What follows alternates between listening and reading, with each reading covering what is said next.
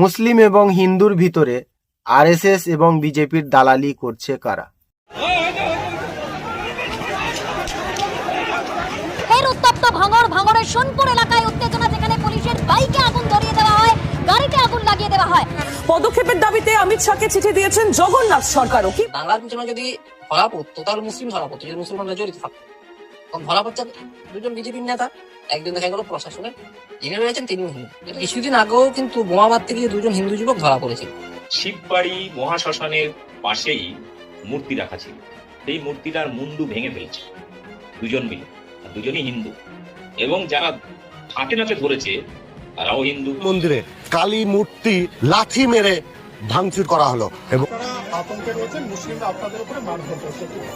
না না, আমরা আতঙ্কিত নয়। This channel's content is strictly for educational purposes and does not endorse or promote any violent, harmful, or illegal activities.